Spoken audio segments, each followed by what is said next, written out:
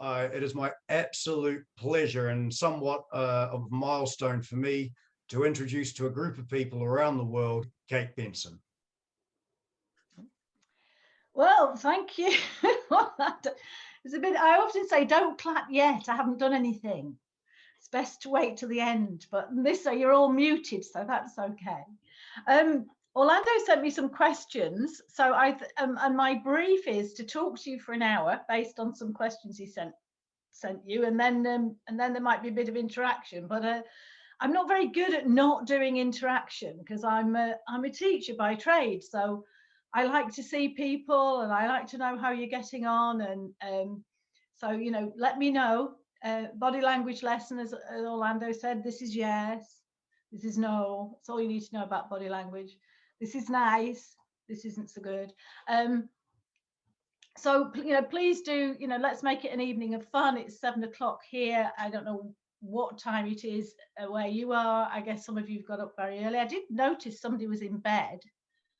I can't see who it was now. Somebody was in bed before. Where are they? They've turned their camera off. So maybe it's either very early or very late there. Oh, was it you, Wayne? Have you got up now? I'm so pleased you got out of bed. It's like the standard for Zoom now, are people upright and dressed. Lovely to see you all upright and dressed, and I hope to give you an evening of some tips and hints and new learnings, and it's great to see some of you who I know quite well, and it's lovely to see so many new faces. So Orlando said to me, the first thing he said is, people want to know how it all started, where you came from, who are you? Orlando actually came and stayed a weekend with me with that question. So I'm going to have to condense the 2 days that he plied me, got inside my brain as to who I was and what I've been doing, into probably about 5 minutes, I think. So it started, or my journey started with a question. Well, it started with 2 questions. Everybody knows about one of them, but actually there was a question before the question. And I'm a lawyer by trade, and my degree is in law. So I have quite a logical brain, and but I didn't really like the law very much. I liked the training it gave me, but I didn't really like the culture or the world that I would have to go into. And after I finished my degree, I was due to go and study to be a solicitor, which seemed to be the most boring thing on the planet, except it was the only thing open to me at the time. And somebody knocked on my door and they said, how would you like to do some part-time teaching at the local college? So that was literally what happened. And I went, oh, well, that sounds a bit better than doing my solicitor's finals. And I thought, that'll be easy. I've been a student. I know what it's like. Long holidays, short days, good pay. I thought, I'll go and have a go at that. So I did. And I never really left. I only intended to do it for a year, but I fell in love with teaching. I fell in love with students. I fell in love with the process. And cutting a very long story short, I was quite good at it. And I'm not really sure why I was quite good at it, but apparently I was. And the more difficult and challenging and reluctant and disaffected and rejected by the education system the people I taught were, the more I loved them. And the more I was determined to help them and turn them back on to the love of learning. So I spent a lot of time doing that. And I had a whole career there in education. But then one day I found myself looking at a picture, and some of you will remember this picture. It was a very ugly picture of 3 people, one of whom I recognized as Paul McKenna, who I just thought was a weird hypnotist off the telly at the time. Another was rather large guy called Michael Breen, who I'd never met before, and this very scary bloke called Richard Bandler in the middle. And something in my head went, I'm going to see them. And I did. And I did my prac and master prac and did some assisting. And I had this thing in my head that went, this question that kept on coming round. How is this applicable? I knew that NLP was really relevant to education, but I couldn't quite figure out how. And nobody, I mean, you've got to go now. I know we all talk about it now, but this was a lot of years ago, more than 25 years ago. And if you said, what do you do with NLP? People said, oh, I use it in business. I use it in therapy. What are you going to do with it? I said, well, I want to use it in teaching and learning. And people used to say to me, what for? Why would you want to do that? So one day I asked the famous question, which was once I got brave enough to speak to Richard Bandler, because as some of you know, he can seem a bit scary. And I'd also noticed that if you don't ask good questions, he don't answer them, which I think is a really good thing, because you know, if you ask good questions, you get really good answers. But if you ask dumb questions, you get dumb answers. So asking good questions is really key to the learning process. So I got my courage up and I asked him this question, and I said, Bandler, can I ask you a question? And he said, yes. I said, how come you say on your courses, I can teach NLP really quickly because I use NLP to teach NLP? And he went, that's right. And I went, well, how come we're not using NLP to teach everything else? To teach geography, history, maths, computing, reading, writing, all those other things? And he said, that, my dear, is a very good question. And that question turned into a quest. So my 25 years really has been that quest to find out how to apply NLP to the field of teaching and learning. And we had lots of pieces, and some of you have seen some of them. The spelling strategy Richard always talks about was the one that sort of went ding ding to me. But I thought, well, there must be more we can do with it than just spelling. It's not that exciting learning to spell. So people know about the spelling strategy. Actually, here's secret number one. The spelling strategy is not that exciting. The reason that Richard teaches it on every course, and I teach it on every course, is it's the easiest way to explain strategies, because it is one of the simplest and elegant strategies there is. So that's the reason he introduces it on all the courses, because it's just the best example of how a strategy works. It's something that everybody does in a certain way. Really good spellers, all really good spellers do it in a very, very similar way. And so we can extrapolate the best strategy from it, and it's short and sweet. So, so I just set off then to find out. And I didn't go and do, there's something really weird about my, sorry. Don't you hate it when things pop up on you? Go away. I don't want to update my security right now.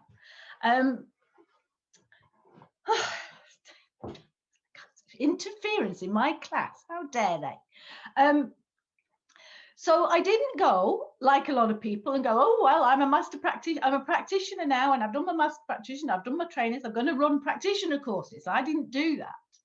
I went away and did hundreds and hundreds of one-day programs and loads of research. I went into schools, I went into colleges, I borrowed classes.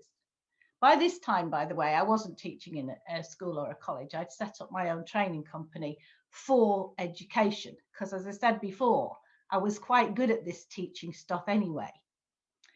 And what NLP did is explain to me what I was doing that was right and useful.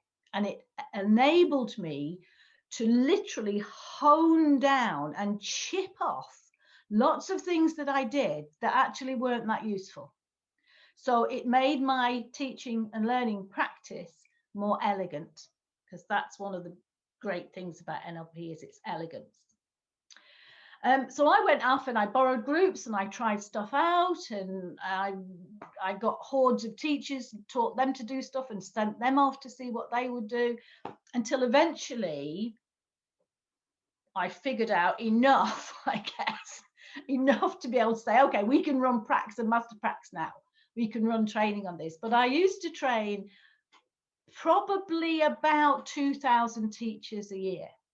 I don't do that anymore because I like to sleep in my own bed more than I ever used to. And this year, one of the things I will say about this year that has been joyful for me, I worked out that I'd only spent one night not in my own bed for the last 365 days.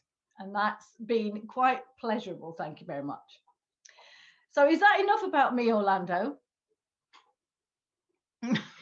What else do you want me to say? They haven't got 2 days. I don't know what people want to know, you see. So Orlando says, tell him about, I don't know what you want to know. But I think that that's, well, the point he's making is really good, is that one of the things that I asked Dr Bandler many years ago was, what did he want? People used to say, what is the future of NLP? And he would say, there's no future for NLP. NLP is a nominalization. So I didn't ask that question because I'd learned about questions by then. So I asked, what did he want for the future of his work? And he said, I want a cadre of people to take my work into their areas of expertise, just as you have done. So that's what he said to me. And so, you know, as Orlando says, there's a limited market for generic NLP practitioners and master practitioners, and training of NLP practitioners and master practitioners. I don't know if we've got anybody from Japan, but one of the problems they have in Japan is there's that many people who've trained up to trainers level that there's nothing else for them to do, because there can't be that many training programs. So you have to find new applications. So if you're really good at something already, or you want to be really good at something else, then that's the place to take your NLP. Take it into a new field, find something, you know what they say, find something that you're good at, find something you enjoy, get good at it, and you'll never work again. And that definitely applies to me. I don't feel like I've done a day's work in the last 35 years, because every single one of them has been a joy. Oh, except once, but that's another story. So yeah, so that's, and so now, where am I now? I don't really like, where am I now?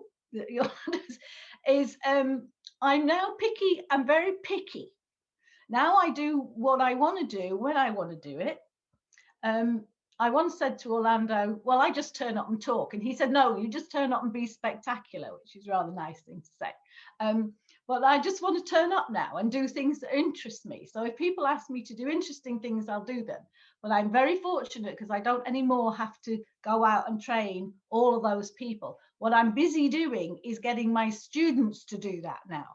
So my next move is really creating the legacy for education. And I noticed there's a couple of questions for later on today that address that, where we actually take, you know, the people who are working in education now, make sure that they've got the skills to roll this out internationally. So I'm just going to sit in my little ivory tower and let everybody else do the work now, and write stuff and talk to people like you, maybe go on the odd trip when somebody wants me to. So, okay, is that enough now? Okay. Okay, so the next question that Orlando, I've written the questions down, so I just need to just check. Oh, right, yeah, okay. So the next question was about useful tools for better learning. And I love this question. One of the things I'm going to disappoint you with in advance, I'll disappoint you now, and then you can get over it quickly, is I'm not going to pull out a technique and go, here you are, do this little bit of something and it'll work. Because NLP is homomorphic. So it's not about doing one thing. It's the sum total of a whole range of small things that you do that create this whole shift. And so there are things, little bits of things, but really it's much more than that. So actually what this question is about for me is mainly about strategies. So that's where I sort of want to start. So the first question is, what is it that you're trying to learn? Do you want to learn? Do you want to remember something? Do you want to understand something? Do you want to get better at something? Or do you want to create something new? Synthesis. So those really are three questions you ask before you want to decide what the best way of learning something is. Does that make sense to you all? Could I have a nod? Okay, that's good. That's good. Because it's quite important to know what it is. It's that whole thing about what is your outcome. Because people will say to me, well, I want to learn better. Well, learning is a relatively nominalized verb. So how do you want to learn it? What do you want to learn? Where do you want to learn it? When do you want to learn it? In what way do you want to learn it? Those are all questions that you need to unpack that word to learn, that verb to learn. Lots of you will have had this experience, probably most of you, when you were at primary school and they gave you a really little book about the size of this packet of tissues and a faint pencil. And they told you to go away and you had to copy down off the board your spellings in this book with a faint pencil on a very small book. And they said, go home and learn them and come back on Friday and we'll have a test. And some very, very mean teachers were even meaner because they'll say, we'll have the test on Monday, which meant you had all weekend to worry about it. Do you remember those? Do people remember those? You see, even the young people remember that. That's terrifying. They're still doing this rubbish. So, and the problem was that nobody said how, did they? Nobody said, how do you learn them? Nobody showed you. So you went home and a number of things happened. Your mum or your dad or another significant person tried to help you. And they just gave you their way of doing it, which may or may not have been effective. Or you didn't get any help at all, so you tried your best to figure it out. So, and maybe you did, maybe you didn't. So actually, whether or not people can spell is a completely random process. It just depends on who you happen to stumble across. There's no such thing as a good speller or a bad speller. There's just consistent and inconsistent spellers. One of my students once said to me when we were looking at spelling, she said, oh, well, I can spell. I just don't do it like everybody else. And she was quite proud of this, really. She liked to be individual. So that's fair enough. Chaucer wrote whole books where he didn't spell the words the same way every time. So it's just a construct. So it's very random when we say go and learn something. Nobody really tells you how or why. So you've got to think about what it is. So if we look at something like, let's take Einstein. Let's just start with something really small, shall we? Like Einstein and how Einstein did this stuff. So who's heard of E equals MC squared? Put your hands up if you've heard of E equals MC squared. Okay, so do you put your hand up if I'd asked you what that formula was that you could have told me, i.e. you knew E equals MC squared? Yeah? So most people have seen it and so you've remembered it, right? That's a remembering of it. And you can probably see that in your mind as a picture, bit like you do the spelling, yes? So you big E equals signs MC squared. Who knows what it means? 1, 2, 3, 4. Okay, I'm not going to test you on this, by the way.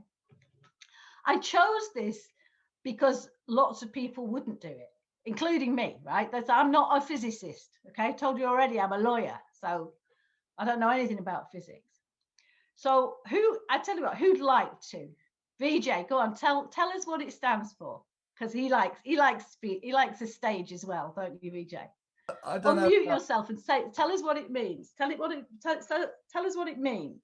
It's I don't know exactly what it means, but energy and mass can be measured on basic levels. So it's kind of the speed of light. Energy plus mass equals the speed of light, something like that. Yes, more or less. Yes, you're very, very good. You get 10 out of 10. 9 out of 10. 9 maybe. 9 out of 10. Turn your mic off now, because Orlando will get across. It actually means, I'm going to read it off here just to make sure that I get it right. Energy equals mass times by the speed of light squared. So if you wrote it out in words, which I did on my piece of paper, that's what it means. So who knew that then? More or less, some people. Okay, so that gives you a certain degree of meaning, yes?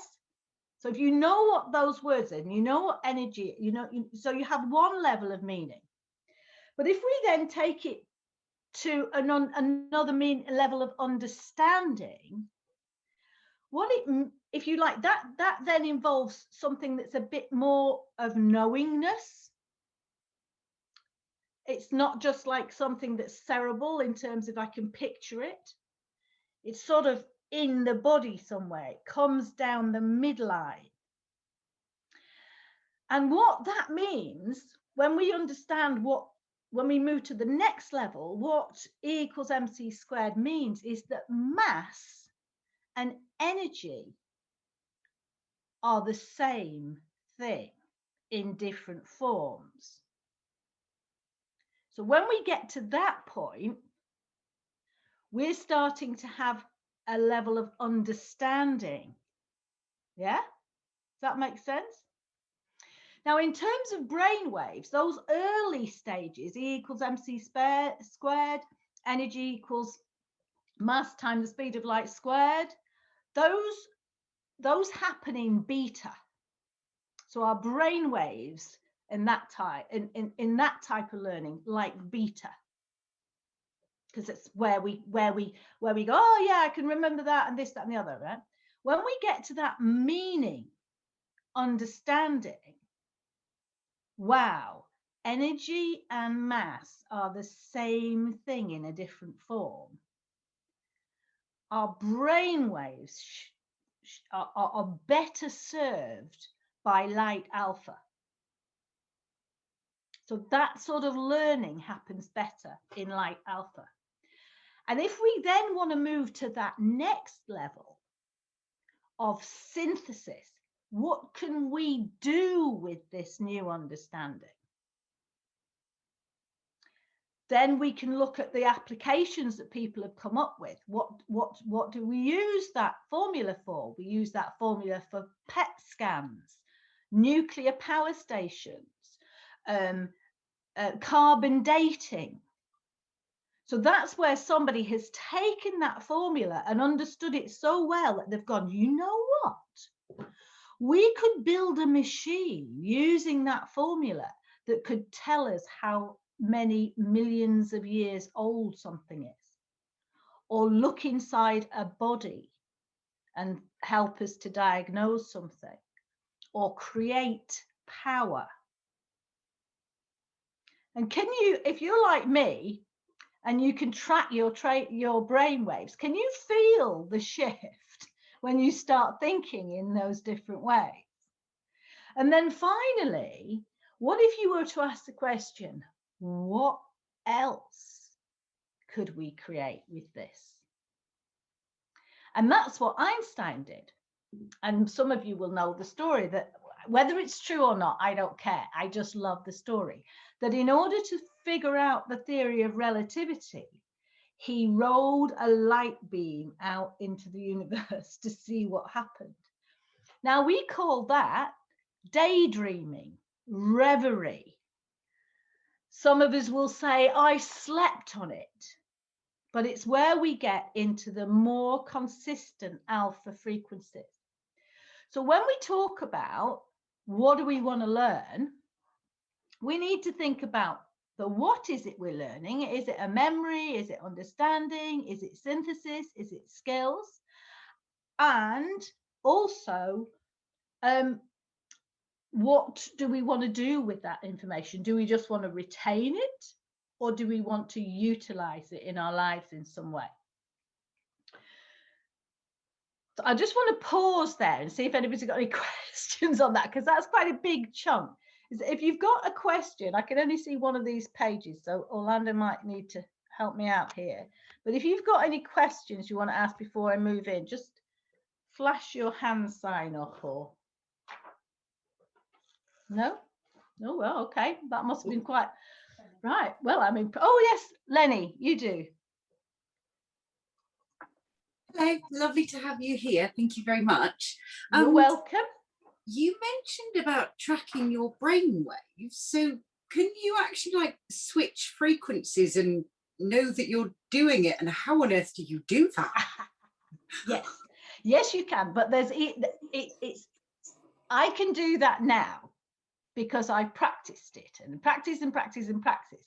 But actually, when we talk about better learning, you can set up those brain waves through the activities that you're going to do, which is exactly where I was going to go next, Lenny. So thank you for that question. So that's brilliant. So let's think about it. So if you want to learn something that's about memory and basic levels of understanding, you want to generate beta waves. And that's really easy. Get up, move about, have the lights on, play some fairly fast music. All of these will start to generate beta. Build some competition in with it. Compete with somebody else. Compete with yourself. So you might say, okay, I'm going to learn this in the next 20 minutes, or I'm going to see how much of this I can remember in the next 20 minutes, or I'm going to see if I can understand this paragraph by that time. So competition, high energy, light, bright light, and good high, beat rhythm beats, whatever you like, will help you to create the brain waves that create better learning for those things. So rather than to give you a set of techniques, I wanted to actually focus on that tonight, because I think that's a more creative way of getting your learning turned on. And of course, if you go first and learn how to do this, Lenny, then you can help other people to do it.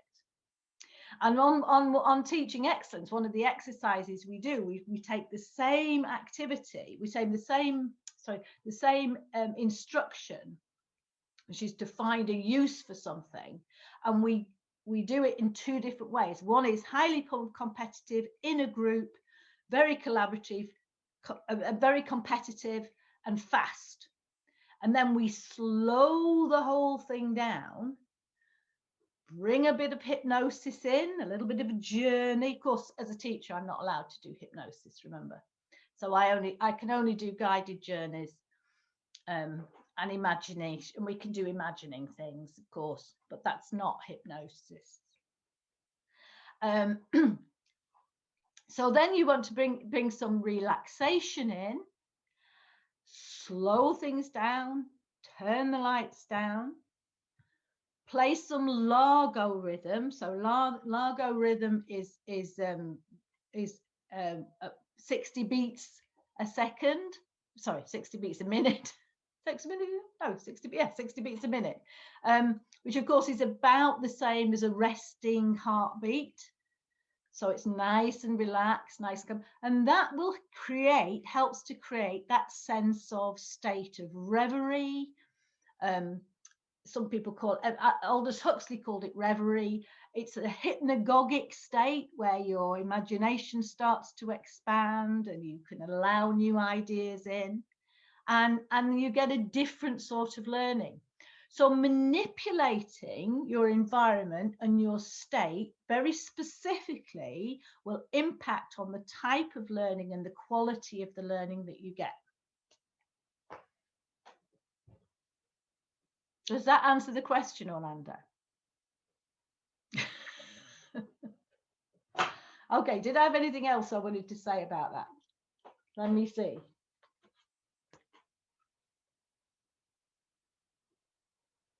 No, I think I got there. What was the next question, Orlando? I can't remember what the next one was. I have to find, oh, here it is. Printed your email out somewhere. Oh, curiosity and motivation. That was the next one, wasn't it? Especially around that boring stuff. Like, not especially the, around it's the easy to be boring. motivated around the fun stuff, but how do you get and maintain curiosity and motivation when things are boring? Well, of course, if they're not boring, if they're interesting and exciting and whatever, then what is your state going to be? It's going to be a state of curiosity and motivation. So one of the things to think about is, how do we make whatever it is that we're needing to learn interesting and curious? And teachers will often say to me, people say, but it is boring. This subject is boring. But actually, you know, I'm astonished by how fascinated people can get by things that I view as the most tedious. You know, my cleaner, I love having a clean house, but I don't like the process of getting there. I don't know if anybody else is like that. You know, I don't like, it's dull. But my cleaner, Cherry, she's just amazing. She's an athlete. She treats cleaning my house as a workout. So she arrives at 10 o'clock on the dot. She's never late. And for 3 hours, with only the help of 2 cups of tea and a biscuit, she does a 3-hour workout. And boy, I live in a big house.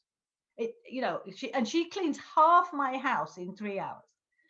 And she goes at it because she's enthusiastic and she just loves cleaning and she loves the result of cleaning. Now, I love the result, but I don't like the process of getting there.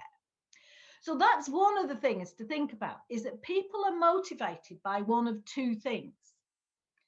And if you're motivated by them both at the same time, like Cherry is, then actually you're a winner. So people are either motivated by the outcome of what they get. So I clean my house because I like having a clean house. I like the outcome. I just don't find the process very interesting. But I'll do it because I get there. Cherry loves the outcome and she loves the process. So she goes out at it with gusto. So she can be motivated by the process. I like, a few years ago, I decided, when I first moved back to Somerset, I decided I wanted to learn to ride a horse, because I'd ridden as a girl, but I never really felt that I rode well, that I really knew what I was doing. So I went off to the what is it you go and learn to ride horses in? Stables, that's the word, stables. So I went off to this stables where they had an arena, and there was a young lady called Georgie, and she was very horsey. And for 2 hours a week, I rode this lovely horse under her instruction, and I just loved the process. You know, I loved it when she went, okay, working, trot, rising, and off we go. And for that whole 2 hours, I wasn't thinking about winning badminton. I wasn't thinking about entering the Grand National. I just wanted to do this to the best of my ability and suck up the process. So that, for me, was an example of really liking the process. So if we can find a way of wanting the outcome and liking the process, that makes for great curiosity and motivation. Now, how do we go about doing that? There are a number of different ways we can do. So we can say, one of my favorite stories, which I know VJ and Orlando and a few of you will have heard of, is Richard's story about wanting to be able to read really well and read quickly and that. And what he did was he took the submodalities of certain states, of a certain state, and superimposed it on reading. So he was a young man at the time. So what he really liked doing, and he was very highly motivated to do, and he was really curious about, was sex. So he took all the submodalities around of what it felt like to be highly motivated to have sex and put them into the process of reading books.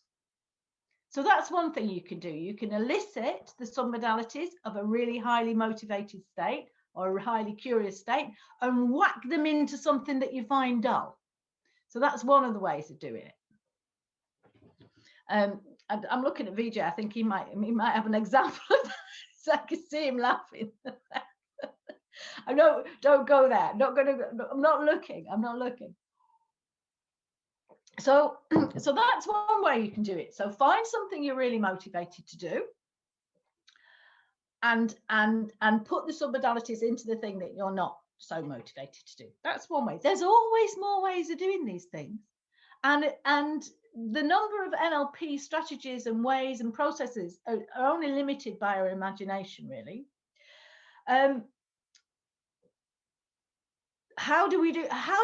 we can create some sense of motivation about the thing itself. So how do you look at what it is you're learning? What's your view of it? You've decided it's dull. You've decided it's uninteresting.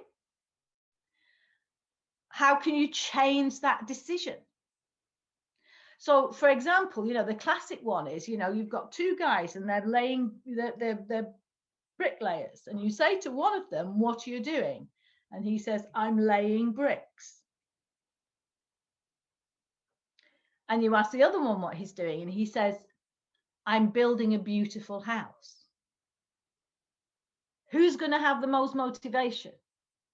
They're doing the same thing, but one of them is imagining that outcome. They're seeing the beautiful house, and every time they put a brick down, they're one step closer to that beautiful house.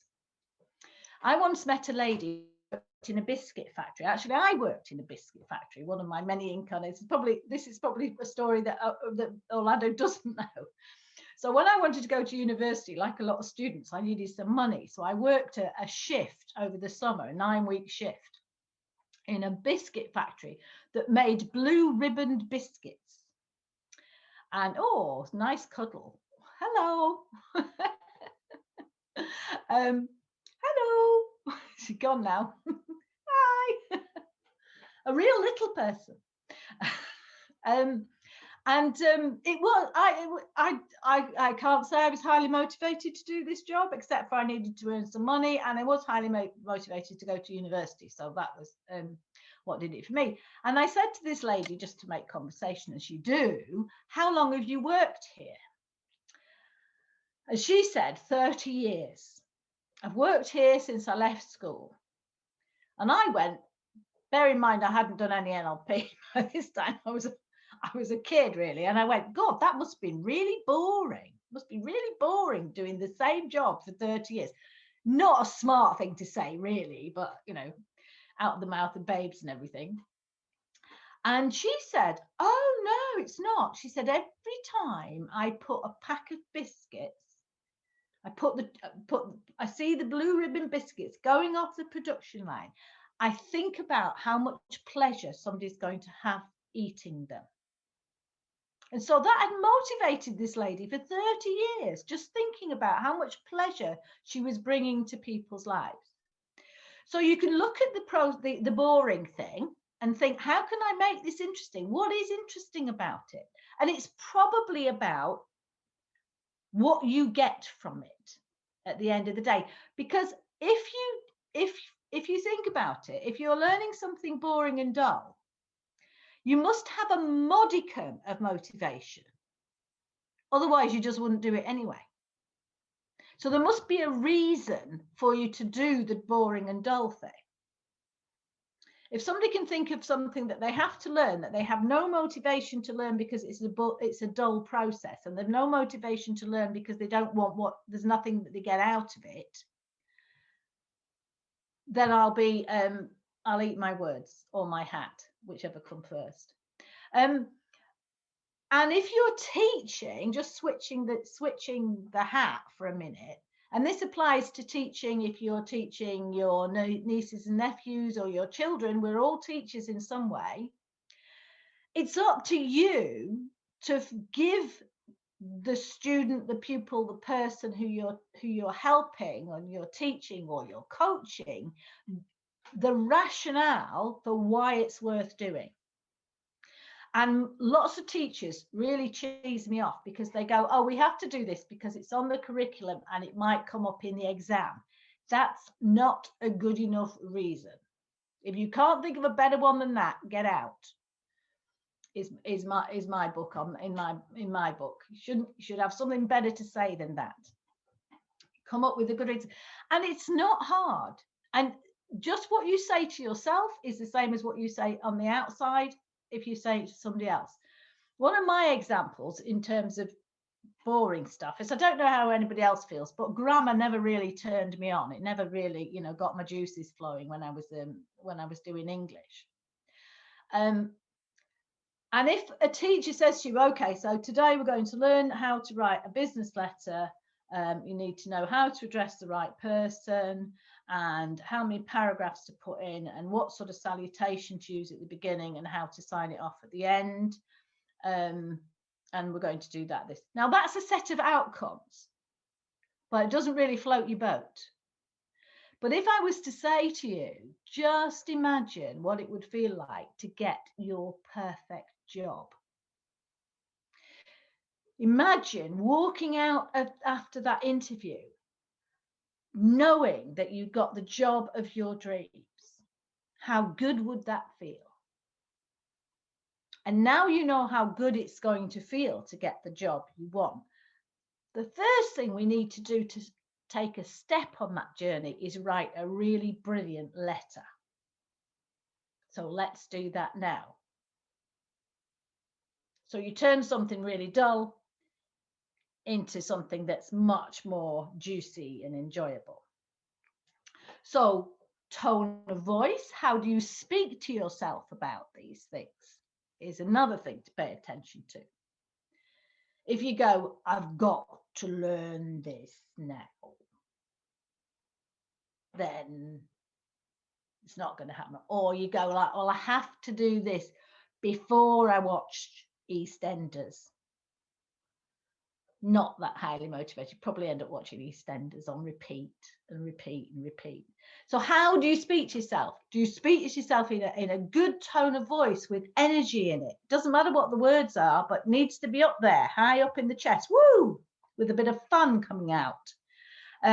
So the tone of voice. What sort of language do you use? So did you notice I say I've got to learn this?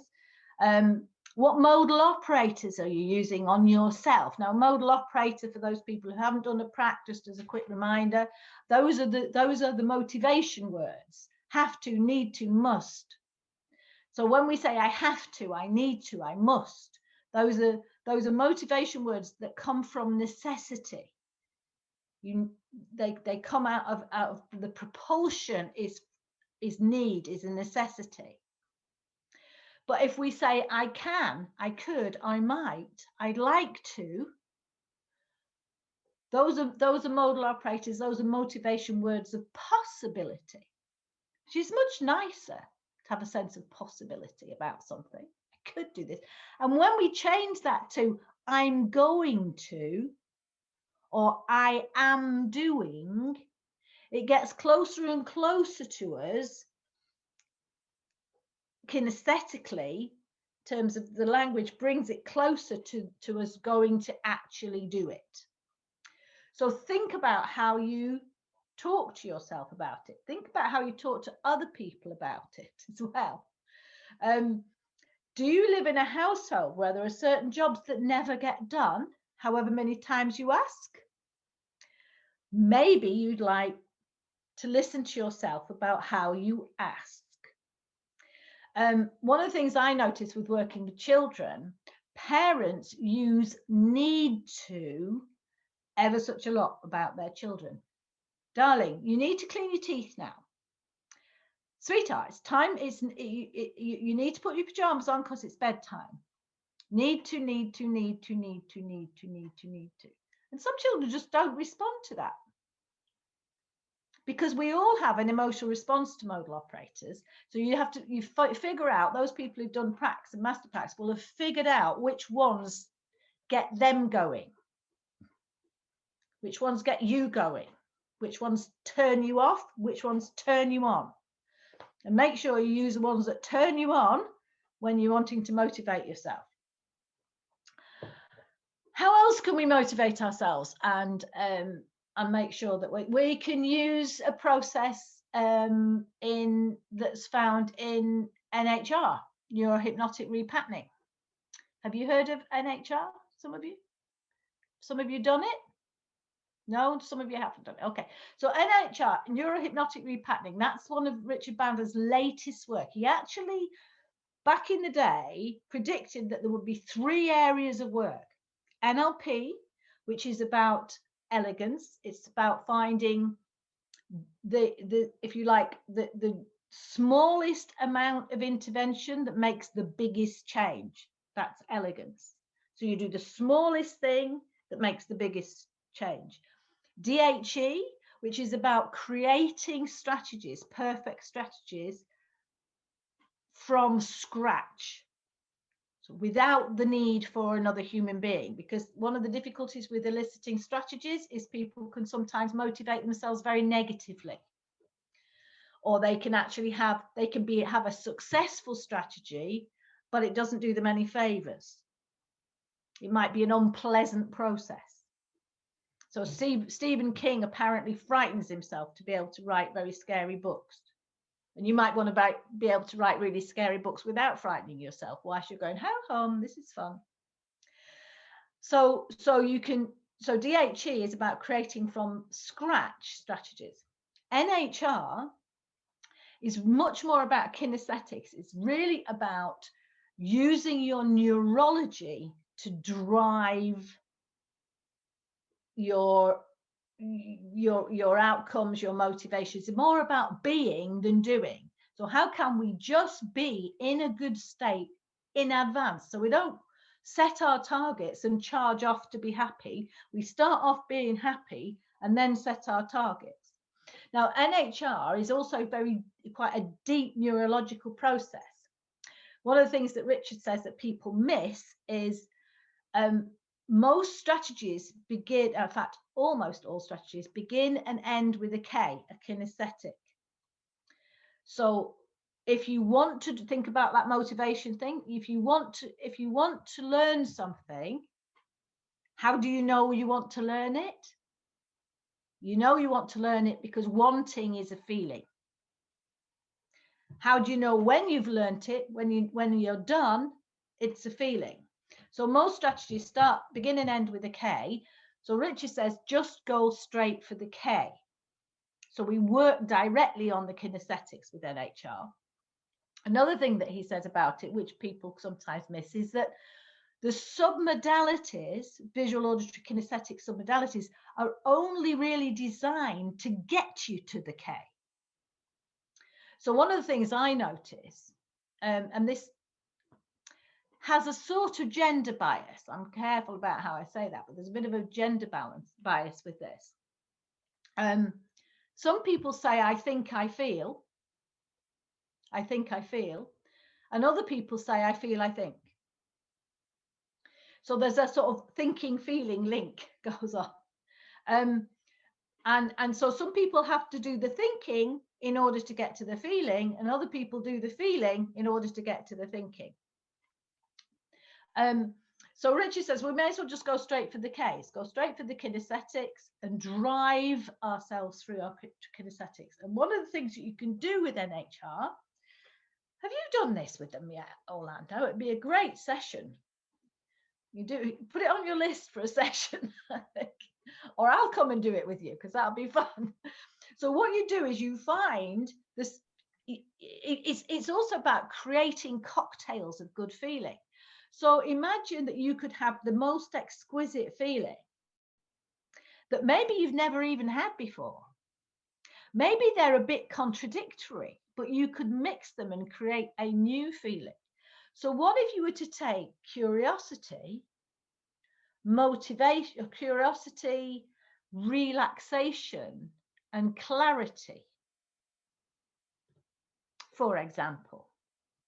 So you find the submodalities and of each of those states, you generate them kinesthetically, and rather than as you would learn to do on a practitioner, where you either stack or chain anchors and you use a break state in between, you don't use a break state, you just mingle and mix the first with the second, with the third, which then literally creates a new feeling. So another way of motivating yourself and finding curiosity is to take the state of curiosity and something else and mix yourself the cocktail of feelings. Kate, I've just got a quick question in the chat from Maria. Oh, right. Regarding the motivation and curiosity. So is it about adding meaning and purpose to the act? It's part that. It's not just that. If that works for you, Maria, then that's great. It's more than just that. But okay. Certainly if you look at it the other way around, if something doesn't have purpose and it doesn't have meaning, why bother? Why would you do it? It's just because the way you were describing the lady with the biscuits, it's such a simple act. She actually amplified and added feelings and added purpose to it and meaning, thinking what the impact it will have when people will get the biscuits. So in that instance, yes, so bigger to it. Yeah, so that's one of the things. So we're looking at a whole range of things. I'm just going to sort of recap those now because I think that's, there's a lot in there. So we need to thinking about how we think about what it is, which is exactly what you said, Maria. How do we give it purpose? How do we give it meaning? How do we make it enjoyable? How do we go for the outcome? So that how we think about the activity, how we talk about the activity, what language we use to describe the activity, and what states we create around the activity will all help us to find ways to build curiosity and motivation. Thank you very much, Kate. For those that are interested, the book that I referred to earlier that Kate has mentioned, or many of you may have heard of, is this one here. It's called Teaching Excellence. If you'd like to get your hands on a copy, here's the paperback version. There is a paperback version and a hardcover. I'll just quickly check the chat. I think there was a message in there. I have been using the knowledge in the book with both my learners and my little one. That's good. Maria again. Wow, well done, Maria. Thank you. It has been outstanding. Thank you so much. She's a brilliant speller and she's only 6. There you go. That's fantastic. The first question is from Rich. Give us a wave, Rich. What are the most useful or valuable tools, Kate, you have used to help give better lessons? Are you a teacher, Rich? Hello? No, but I do instruct them. Pardon? But I do instruct people. You instruct people? Yeah. So you're a teacher then? Part-time, yeah. I didn't say qualified teacher, just a teacher. It's like, I am, yeah.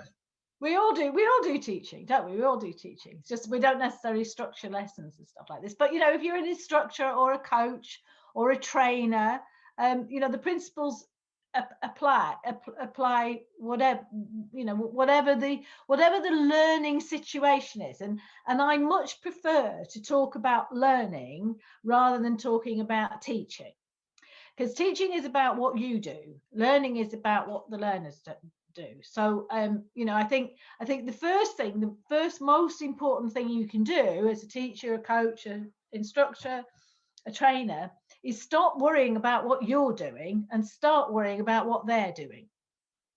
So paying attention to your students and the learning process as opposed to the teaching process. Now, those of you who've been on a trainers program, I don't know, I know that Christiane's here somewhere. Where's Christiane Newman? Oh, she's got her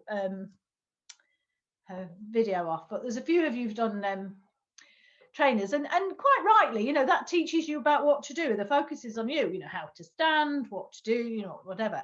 Teaching excellence is about the opposite. It really ought to be called learning excellence. It just didn't quite have the same ring to it, and it didn't have quite the same multi-level meaning that teaching excellence has, so it didn't work quite so well.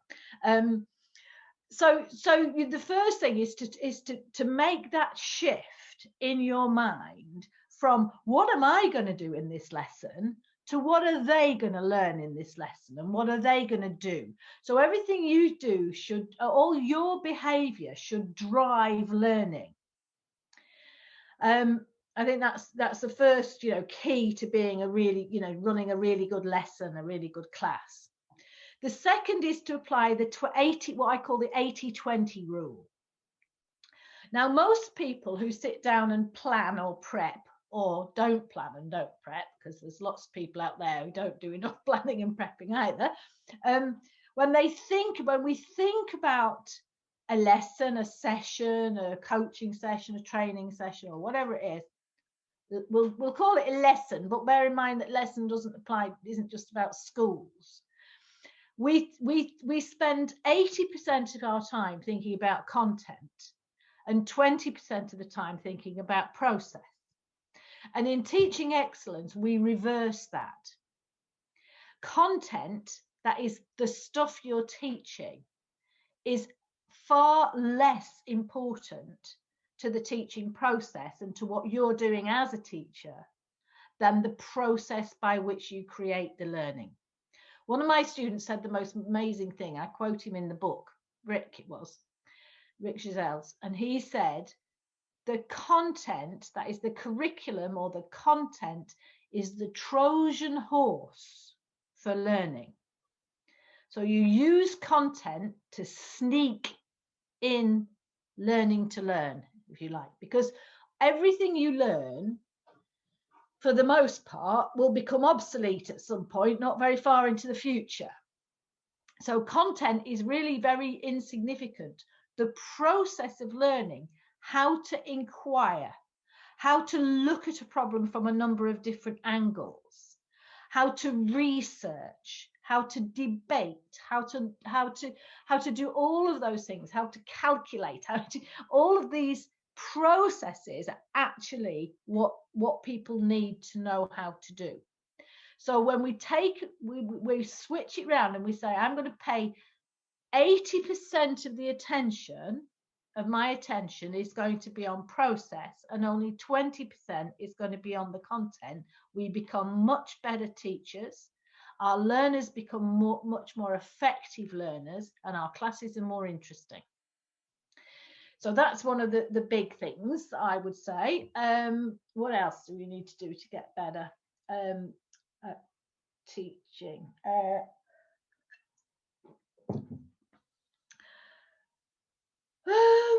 Be systematic. So, you know, you need to pay attention to what you're doing at the beginning, what are you going to do in the middle, and what are you going to do at the end. Most people, what they do is they spend quite a lot of time thinking about how they're going to set the lesson up.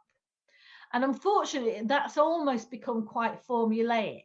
If you work in a training company, there are sort of certain urban myths about what should happen in the first 10 minutes. One of which is, you should put your learning objectives up on your screen in advance. That's one of them. This is what we're going to learn today. Well, I never do that. Well, I might do later on. But first of all, what I do is teach what I'm going to teach before they know. So I wander into a class, and that's what I was doing with you guys. Some of you might have noticed. So some of the key, if you like, it's not some mystical, magical process. Some of the key things that I was going to talk about today, I made sure that I popped in my story about how I got here. So what happens when you do that? It's not that somebody goes, oh, she's talked about this already. But there's a sense of familiarity.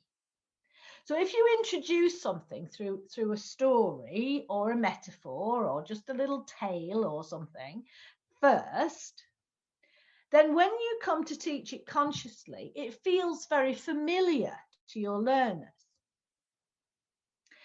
When something feels very familiar, it's easier to learn. What is it easier to do? Something the first time or the second time? It's always easier the second time, isn't it? So if you feel like you've done it already, it's easier. And you overcome quite a lot of the barriers to learning. So I never go straight to it.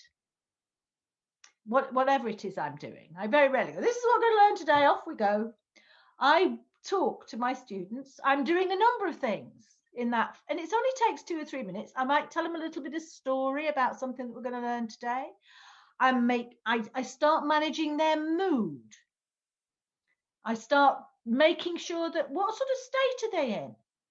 Are they high energy? Do I need to calm them down? Are they low energy? Do I need to lift them up? Are they scared? Are they cocky? Are they bored? So whatever their state is, I make sure that I'm managing that. I'm starting to influence that and affect that and change that right at the beginning. Lots of teachers plan really fantastic sessions, instruction sessions. They're brilliant, fantastic on paper. Look, I've had pages of them. And they walk in and they go, well, they just weren't in the mood today. But that's your job.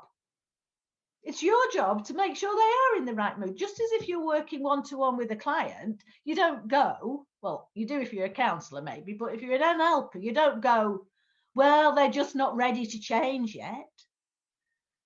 I've got loads of strategies I could use, but they've got to want to change. No, your job is to get them ready so that they do want to change. That's your first job. So it's the same with students. You've got to get them ready. So there's a lot to be getting on with in the setup. And then how you present what you're going to do, your objectives, is just like the letter, just like my example earlier about the business letter. How are you selling it? You sell learning. If you can't find the reasons why your students should be learning something, then go back to the drawing board and find something or teach something else. Because if you can't think of a reason, they for sure won't think of one. So be systematic about the beginning. The other thing that happens is quite often people run really good for beginning sessions. So they go, this is what we're going to do, da, da, da, da, da, da, da, singing, dancing, all fantastic. Then we go like this. And we hope that the motivation that we've created is going to last for the next hour or 2 hours, or however long the session is. Not necessarily. You might be lucky, and it might, but the chances are it won't. So you have to, what I call in the book, spin the prayer wheel. So the idea is, if anybody's seen a Tibetan prayer wheel, they're quite heavy and they take quite a lot of effort to get spinning. So your first bit of the day is putting your effort into spinning the prayer wheel. If the wind's in the right direction, it'll keep spinning. But it's a good idea to keep going back and giving it a tap, because then it keeps going and the motivation. So you tap the prayer wheel. Now, there's a really good technique for tapping the prayer wheel, which is what I call talking to the ether or talking to the air. And what you do is you talk over your students, and you run a commentary on all the good things that are happening. So say you've set them up, and in your case, Rich, maybe you've done an introduction and then they're doing an activity. There's not a lot you can be doing. It's great. It's student orientated. They're engaged in their learning. You're not doing very much else. You might, rather than twiddling your thumbs, what you can do is run the commentary.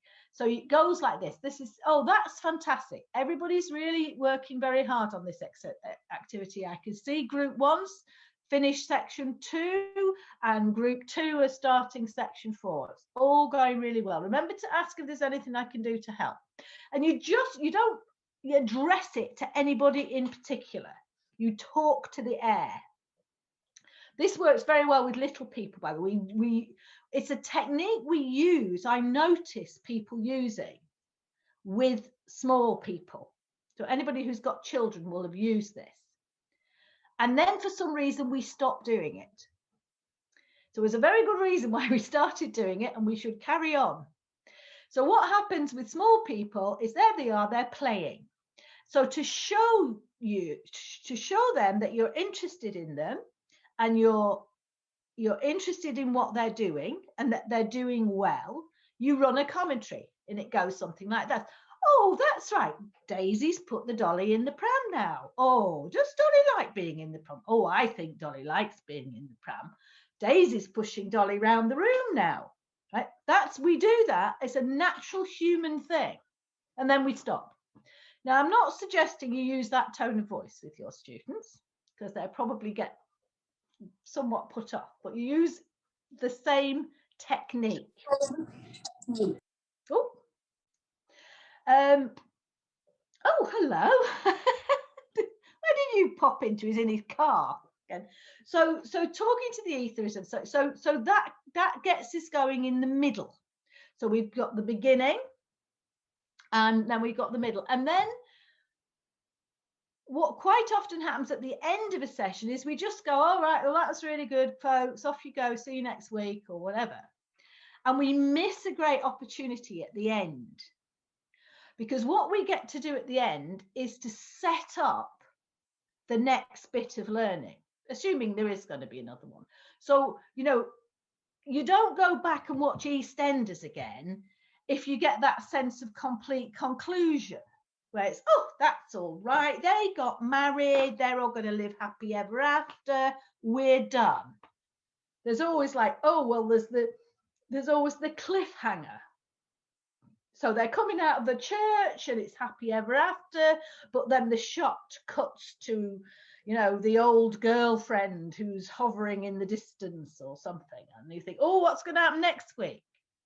So bringing to conclusion what you've done, but then also ensuring that you build in what's going to happen next time that's even more exciting than what's happened today, builds the loop on. So obviously from a teaching point of view, that's really important when you're working with a group on an ongoing basis rather than running it. But if you're running a training, you're going to do that for the afternoon session, you're going to do it for after break, you're going to do it for the next morning when they come back, because we cannot take, just as we learned in the first half today, cannot take motivation, curiosity and commitment for granted.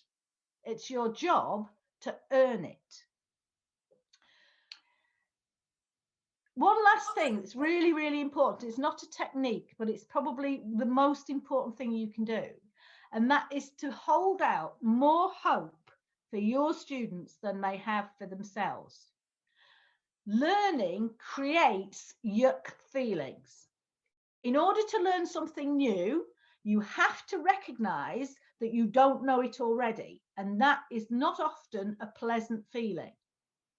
So you need your students to get through their unpleasant feelings to the good feelings and to be tenacious about that. And one of the ways you do that is you hold out more belief for them than they have in themselves. Right, done. All righty. Our next question comes from Tufan. I see you've got your camera off there, Tufan, but maybe you'll flick it on and let us see your gorgeous face. Tufan's question is, has there already been parts moved into the school system, and have we been able to measure the results? If so, what advice can Kate give to introduce this, for instance, into the Dutch education system? Okay, I'm going to take those as two separate parts then, quite quickly, really. I chose quite some time ago to work outside of the school system. I will always engage, and I will always talk to schools, and I will always talk to teachers. But I took a decision 25 years ago not to, for example, bid for grant money from the government, because I was never prepared to sing off somebody else's hymn sheet. And as you realize, quite a lot of the things, if there are teachers amongst us, quite a lot of the things that I say and I believe and I have tested and proved run counter to educational practice. So I'm probably not the best person to answer the first part of the question, because my job is to hold out teaching excellence as excellence for other people to take away and do with what they will, in a way. But we have made progress. We've done quite a number of whole school projects. We've taught spelling is probably one of the areas that we're actually impacting, because it's quite easy to get the teachers on board with without having done a whole load of NLP training. Although on saying that, one of the things I learned from the whole school approach was how systematic the teachers can be in screwing up my work. You know, so I went in, I made it an 8-step process. I put pictures next to the words so the children could understand it and the teachers could understand it. And they still put new processes. So they took key pieces of the process out and put irrelevant pieces in. So when we got the stats, the curve was going up like this. The rates were going up fantastically, as they always did. And then they started to do this. I'm going, what's going on? I went to look at what they were doing, and they decided they didn't need to write the words down. They could write them in the air. And they went, well, how do they check that the one in their head is the same as the one on the page if they're writing it in the air? Oh, we never thought of that. So it isn't that easy, but there are schools that have adopted quite a lot of NLP. There's a school in the south of England where they've trained all their teachers in NLP, 3-day courses, not whole courses. So we are making progress, but it's still a long way to go. Primary is much more amenable to change, to new techniques, to trying NLP than secondary is. Secondary is still a very, very tough nut to crack. Post-16 education is also very open and using it a lot. And a lot of post-16 teachers are out there in their classrooms teaching this and teaching other people and spreading the word. So we've got it out in primary, we've got it out in post-16. Secondary, it's a really tough nut to crack. The second part, in terms of the Dutch system, it's probably one of the better good news stories in the Netherlands, mainly because I've been out running teaching excellence on a regular sort of annual basis there for the past 10 years, and there are some excellent teachers doing fantastic work, and the Dutch are just a bit more open, I think. So if you want me to put you in touch with some of the Dutch teachers who are doing some great things, I'd be happy to do that if you drop me an email, and I'll ask them if I can put you in touch. Fantastic. Tufan, I'm imagining that you'd be quite pleased with that result, mate. Oh yeah, definitely. Oh, there you are. Hello. Sorry, I was a bit preoccupied with some small snacks. But no, I was just very interested because, you know, I only learned about NLP maybe half a year ago, and I was amazed, and I'm still in the process of learning. But the first thing that came in my mind is, why don't we teach children this? As in, why don't we teach this at an early age so that they have all the necessary techniques and tools, to make it much easier growing up, for instance, in their life, to make it much easier in learning and, overcoming difficulties and, breaking bad habits or even not developing them. I think that's the key, is not developing them. I mean, most of us spend the first 2 years we learn NLP trying to sort our own heads out and get ourselves straight, because we built our whole world on rickety foundations. So we have to go, oh, well, that's a really lousy way of thinking about that. And, they'll need to change that. So after you've sorted your own sort of head and feelings and all of that stuff out, then you're ready to get out there and help other people. But if we can actually build foundations solidly in the first place, then we don't have to buy our children therapy vouchers. Yeah, exactly. So that's what I was thinking, try to solve things at their source. And if, that's the source. So if there is a pilot somewhere, or they are teaching it already at primary schools and they grow up like that and become teachers, then it only gets increased and increased. Yeah, and I think there's a lot of things that are being introduced into schools that probably we would recognize as NLP, but they're not called NLP, because NLP gets a bit of a bad press really in schools. But you get things around clean language, you get stuff about that. A lot of them have meditation corners, they have curiosity chairs, they'll have they'll have anchors set up around the place. They may not call them that, but that's what they are. There's a lot of well-being, a lot of work on well-being and mental health.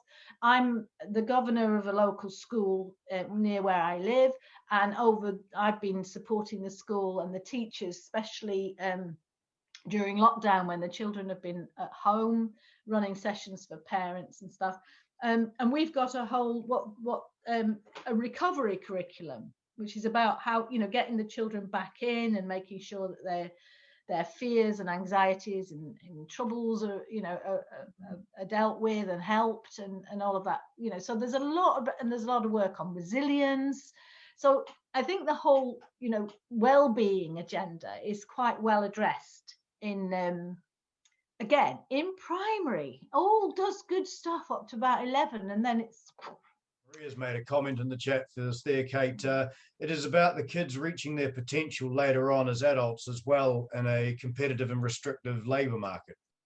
So skills for life.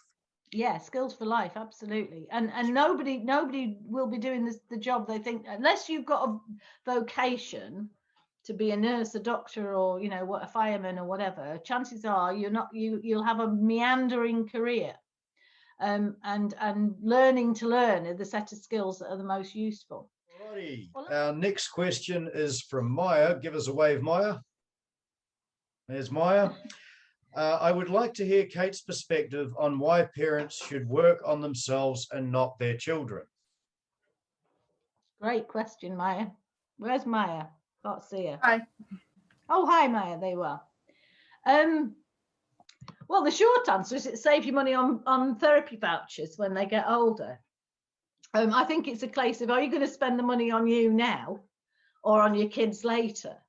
It's to do with what we were saying before about building good, solid foundations. And, making sure that we aren't, we're not doing harmful and damaging things to our kids. On saying that, I think we also are, we need to get some balance in the way we parent. It's a bit of a soapbox of mine. I only have to look, I'm looking at some, so I'm probably going to offend about half your group here. I'm not looking at how old you are. When I look at the behavior of some of the millennials, and the beliefs of some of the millennials, then I'm not holding you millennials responsible particularly for your ways of thinking, but I'm looking at your parents and going, what did you think you were doing? I see that it's like the pendulum has swung way too far in the other direction. You know, we've gone from, I don't know, 30, 40 years ago where, you know, children should be seen and not heard. There was an adversarial relationship between parents and their children. Parents always sided with the teacher. You know, if you got whacked by your teacher or you got detention or something, your parents would say, you serve you right, you must have done something. Now that wasn't the perfect situation. Children didn't have very many rights, you know, and whatever. But we've now gone so far the other way that I see parents who are scared of their children. They're scared of their children's responses. I had parents who say to me, but if I do that, Kate, you know, I might be saying to them, well, just say no to that. It's not reasonable. Say no. And they say, but if I say that, they won't like me. And I say, it's not your job for your children to like you. It's your job is to parent your children. You know, if they like you by the time they're 30, then that's good. They probably will like you. They'll probably like you by the time you're 22. But don't expect your 15-year-old to like you. It's not their job. So I think, you know, I think the reason we should work on ourselves is to take our needs out of raising our children and put our children's needs first, but not in the way as where we give them everything they want, but we raise them into happy, healthy human beings who get along with the rest of the world nicely, rather than seeing themselves as the center of the universe. I did actually see, sorry millennials, I'm going to find this, the most outrageous thing. There was a girl, young woman, probably about 20 or so, who wanted to go around the world, who set up crowdfunding. So people like me and you were presumably supposed to pay her so she could go around the world to find out how to be more of who she already was. More me. Go around the world and be more me. I was like, oh my goodness gracious, how far have we gone? I was like, so I really think parents need to work hard on themselves so that we can get some balance and distance in what we're trying to do. Parenting is a tough job. It gets tougher the more social media there is around, the more pressures there are around. All of that stuff makes it harder. I know because one of the things I'm the director of education for the Society of NLP, but I'm much more proud of being a mom. Now, I've been a mom twice. I'm very fortunate. I had 2 goes at it. I had my first family, and my poor son, my first son, really was just the experiment. He sort of came out okay, I think. But my second family was raising my stepson. And I have to say, I know I've been a much better mum to Tom than I was to my birth son. And the reason is that I had a degree of distance between me and Tom.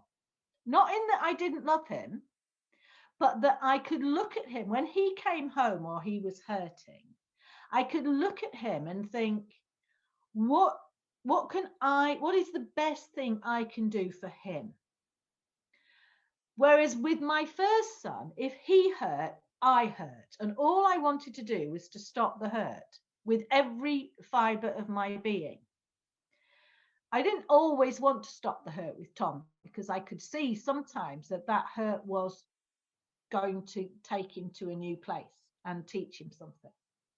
So I think, working on ourselves so that we can be a little bit distanced from and see our job as a role that we do rather than as being entwined with our children in some rather unhealthy way.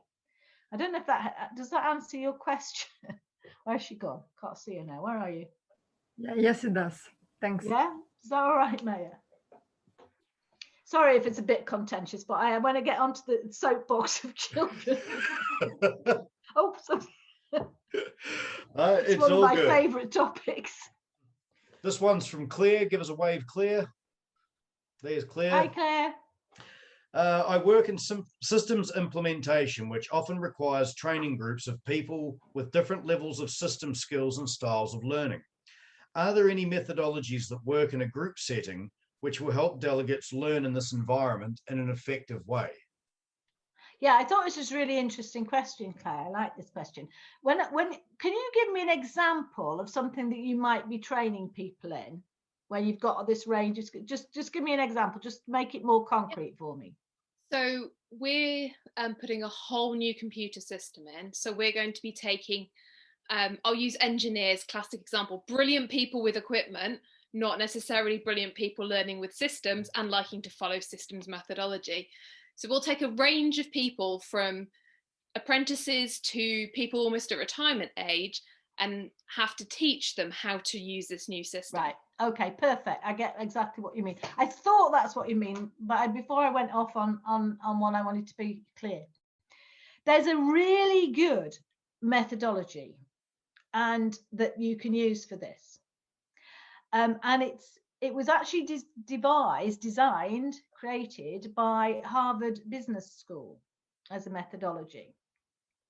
It's called various things. I call it parts parties because that takes me back to Virginia Satir, but it's really an interactive learning technique. But it works really well for things like that. And what it is, it's where you essentially deconstruct the system and you make people the parts of it. So if I give you an example, a simple example, say I was going to teach people about how the heart works. Yeah, how the human heart works. If you see that as a system. So, I could draw diagrams, I could, have a heart that you take apart and I could do whatever, or I could create a human heart out of the group. So you've got, somebody's the left ventricle, somebody's the right ventricle, somebody's an artery going this way and that. And then you have, you have the little corpuscles coming in and then they get charged with oxygen and they come back out. And what we know about using this methodology, that even though you don't do all of the bits, because all your friends and other people in your organization are the other bits, you automatically are interested in what they're doing rather than just in your bit. Now, this was actually devised for just the sort of thing you're talking about, Claire, but probably a slightly more concrete version. And one of the best examples that I've come across of this was where they brought in a whole set of consultants, probably paying enormous amounts of money, because there was a production line. I don't know, let's say, I can't remember what they made, but let's assume that it was a bottling plant. They made bottles of pop or beer or something. And they had this production line that had been in there for like 40 or 50 years. People were really familiar with it, and they could use it, but it was slow. So they spent millions. This company spent millions on a brand new, top of the range, super duper, whizzer wazzer, very fast bottling plant production line. And they did all the classic training. They had them all in the room and they showed them how it works and whatever. And everybody got to learn their bit, whatever. And they installed the thing. And what they discovered was that production dropped by 30%. From the old system, and nobody could understand why, which is why they brought all this host of consultants in. And what they discovered was that people were scared of it. So, and you're nodding because you recognise this, don't you? People hate change. They hate change. They hate uncertainty. They hate change. So in the past, on the old slow thing, when the bottle top bit jammed, Jack, who worked on that shift there knew that if you took a hammer and you just tapped that bit, it'd get going again. And Mary knew that, you know, you just had to sort of shift that a bit this way and it went a bit faster. They all knew and felt comfortable with the equipment. So they had, if you like, what we would now call ownership of it.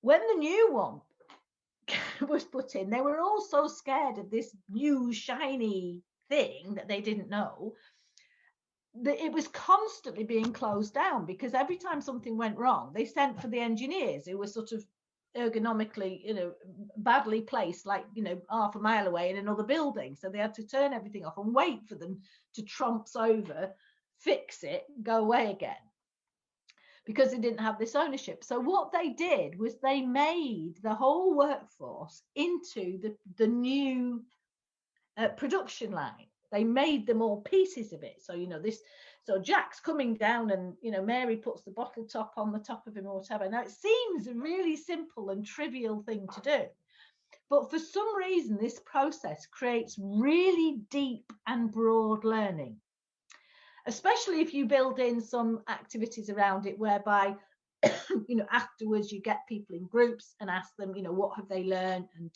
to record and gather their information, their different experiences together into a mind map or some other form of coherent learning. So that's you know, and it's a very well established methodology, which, you know, is a perfect, you know, example of an NLP strategy, really. So I would recommend that you use that type of thing, type of process, and I'm quite happy to talk that through with you if you want to email me about any specifics. Does that help? Yes, thank you. Fantastic. Now, I'm very mindful of time, Kate, so I'm going to ask this question particularly quickly so we can sneak one more in before we finish. We'll just stretch out the next 4 minutes somewhat. This is from Wags. Give us a wave there, Wags. Wags, or Wayne, as you think he's on the screen. Hello.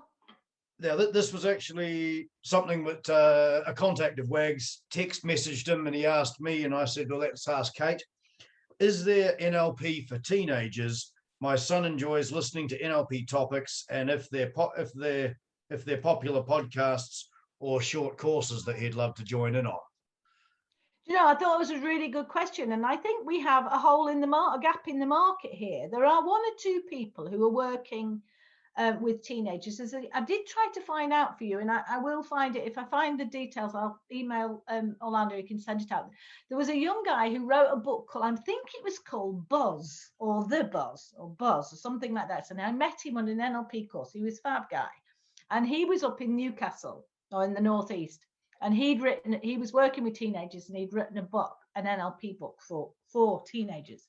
There are a few books out there, but there are no courses.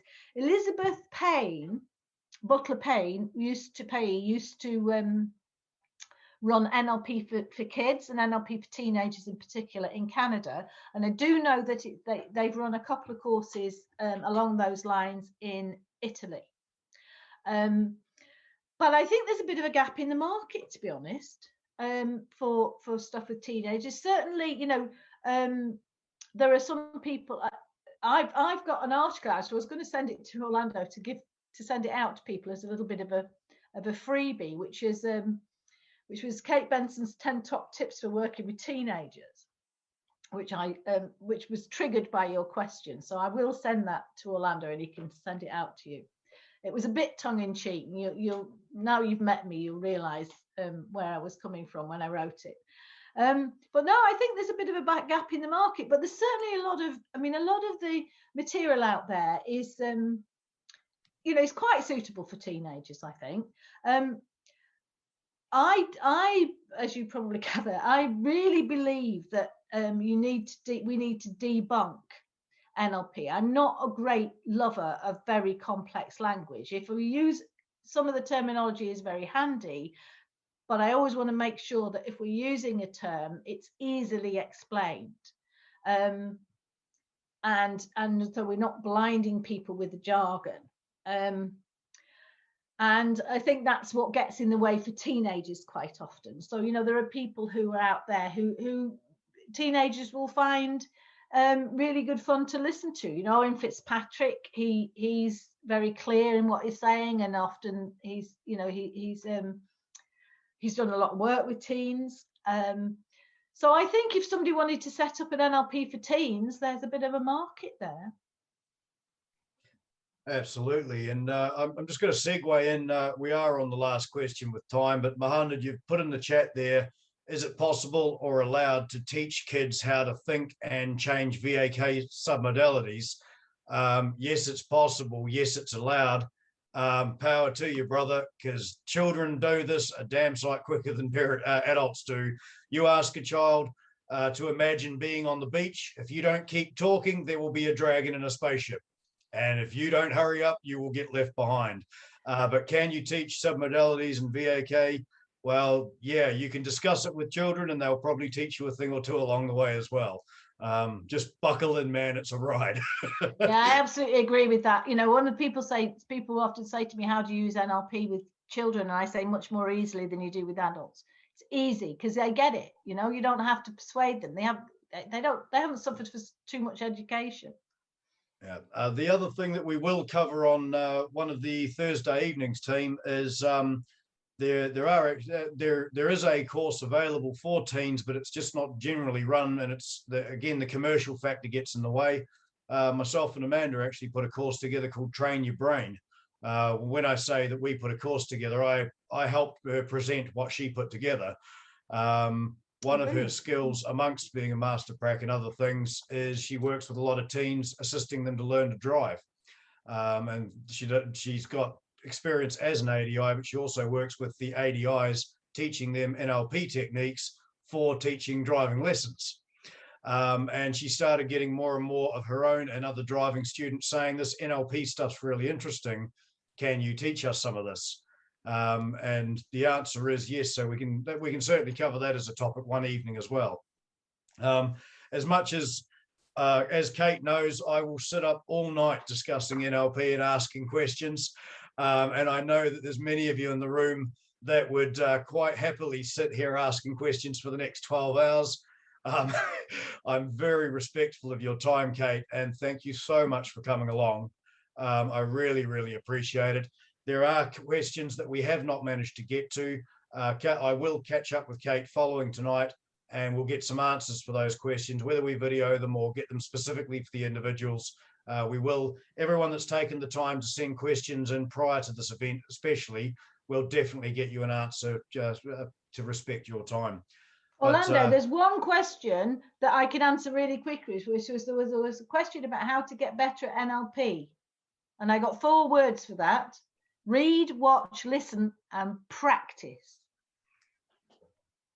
Practice, Hallelujah. practice. It's all in the doing. So yeah, really that's the end of this evening. I'm very, very happy with the evening. Thank you, Kate. Thank you to everyone. You're welcome. Thank you for having me. Thank you very much, Kate. Thanks, Orlando.